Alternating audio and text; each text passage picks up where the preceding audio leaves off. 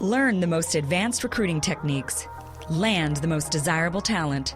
Launch your company towards massive success. This is the Higher Power Radio Show with Rick Girard.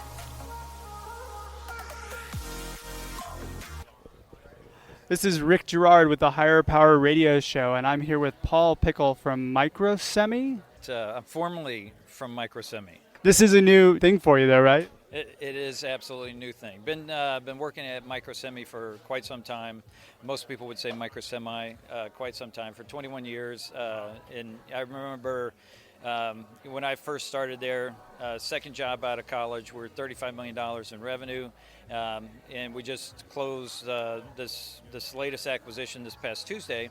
We're on a run rate for just over $2 billion in revenue. Wow, that's impressive. That's a good run, my friend. You got to be proud of yourself. Definitely proud of ourselves. It's bittersweet because there's lots more that we wanted to do, certainly. What's your role here at Technology Innovation Forum this event today? I am the MC, I guess. That's what they're calling me. I basically introduce the panels. I think Bill, last year, he felt like he was talking too much, but of course he wanted to cut it back, and I think he's talking as much as he did last year, and he just added another person, myself. Well, this is the second event that I've been to that you've hosted, and you've done a great job, so kudos to you. Well, thank you very much. It's easy to do because every single group and topic is fresh. It's something that I love talking about. It. I'm a geek at heart, as are most of the people at these forums, and it's nice to get some of the insights from industry leaders that we have here. So is this your new career? Well, it doesn't pay, so I did get a bottle of wine out of it, so that's at this point I'll work for wine. I love your angle on that one. All right, so we do a show called Higher Power, which is we try to help companies who are dealing with difficult hiring challenges and provide solutions for that. So walk me through, I'm sure you have a great story, but how did you guys build such an awesome team at Microsemi? Really, the heart of it does come down to establishing a team chemistry. I think team chemistry is probably one of the most important things. You have team chemistry and then the culture that you create. And you get a lot of people that talk about culture. There was a concept back in the 90s that was proliferated that culture truly eats strategy for breakfast. I think that was the name of or the title of a book. And it is, for the most part, true. Obviously, you have to have a good strategy as well, but having individuals with unique skill sets where you can open radical candor, another great concept from an author as well, and where you pull together, you have lots of debate on the best way to accomplish a particular problem and present that solution and go grab that opportunity. And it's nice to have that debate, but it's also really critical that when an executive decision is made, that the team rallies behind that decision. They all start pulling in the same direction. And we really had that at Microsemi. I think that's what made it special. It's, I love to say, a lot of people try to separate their work life from their family life, and everybody likes to have that line of demarcation, and you do have to strike that work home balance, that personal life balance. But at the end of the day, we spend the vast majority of our working hours with the people that we work with. We wake up, go to work. That's the majority of the time that we spend, and so it's important that you have a trust family environment, and that team environment where you can all trust each other and drive for the end game. Tell me a little bit about the transition from kind of when you joined. How many people were you when you joined? We probably had around 100 people. I actually started with a small company and then was acquired by Microsemi. We entered a slightly larger organization. We ended up with roughly 5,000 people around the globe, and multiple sites managed around the globe, multiple design teams as well, and so it's been definitely. It's been an interesting challenge to move from a smaller work environment, startup environment, let's say early stage environment, to something that needs to be scalable. Semiconductors definitely at the end of their maturation cycle or nearing the end of their maturation cycle, and so very different problem set to solve as we got bigger. But it was fun to embrace those challenges.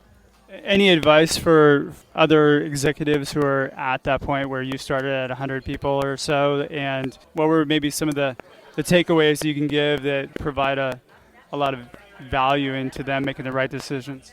I'm a big fan of having a healthy dose of paranoia when it comes to embracing problem sets, or when things get too comfortable and we think things are going in the right direction and we can't think of problems that might get in our way that we need to solve. That usually means that we're missing something. And so I think it's just constantly reinventing yourself. I think a lot of big companies, they can get very satisfied with where they are, how things have been doing.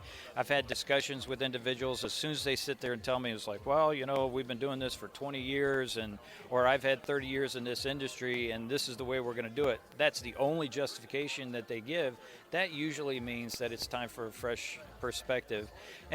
And Microsemi really embraced, as we did each acquisition and we grew bigger and bigger, when new individuals came in, we really embraced this idea that we were the culmination of best practices. So if there was an entity that we acquired, if they did something better than we did, we adopted that, and that became our best practice. And so we were really, we were just the culmination of everybody that came together to make that business great. And it was that's really ultimately what you have to do in business. You have to constantly take that fresh perspective.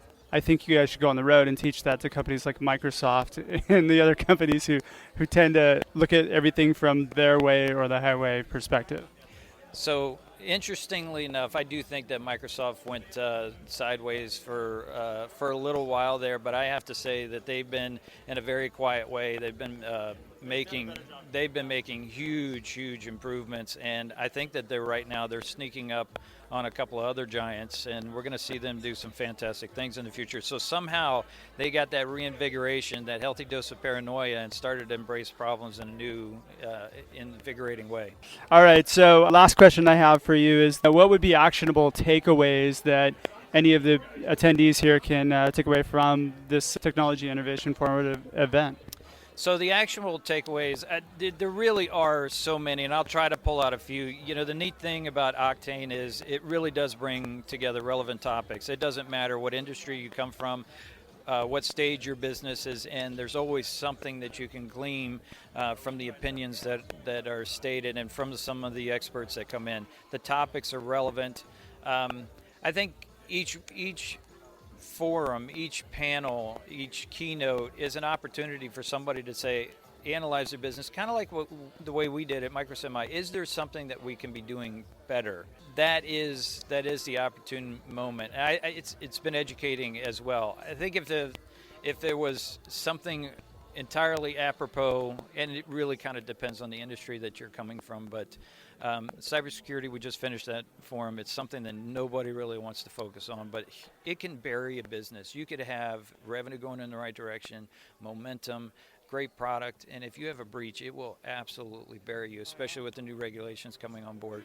Application of new technologies like blockchain, it's a tired word, and most people, their eyes turn glossy at this point when they hear cryptocurrencies, but we talked about blockchain technology being applied in a totally new manner, and then getting the perspectives from the VCs, what they tend to look for.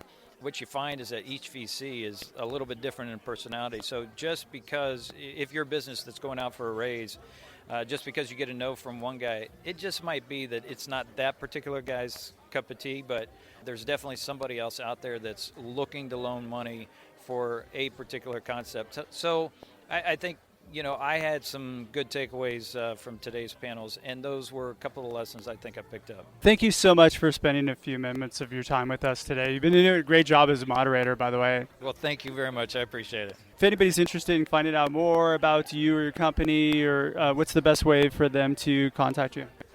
I am on LinkedIn, so I do have a profile on there. That's probably the best way to get a hold of me, and currently looking for my next chapter. As soon as I turn this page, finish turning it, I'll be looking for the next thing.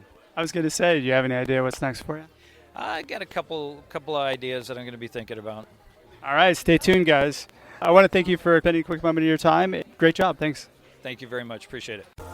Thank you for listening to Higher Power with Rick Girard on OC Talk Radio.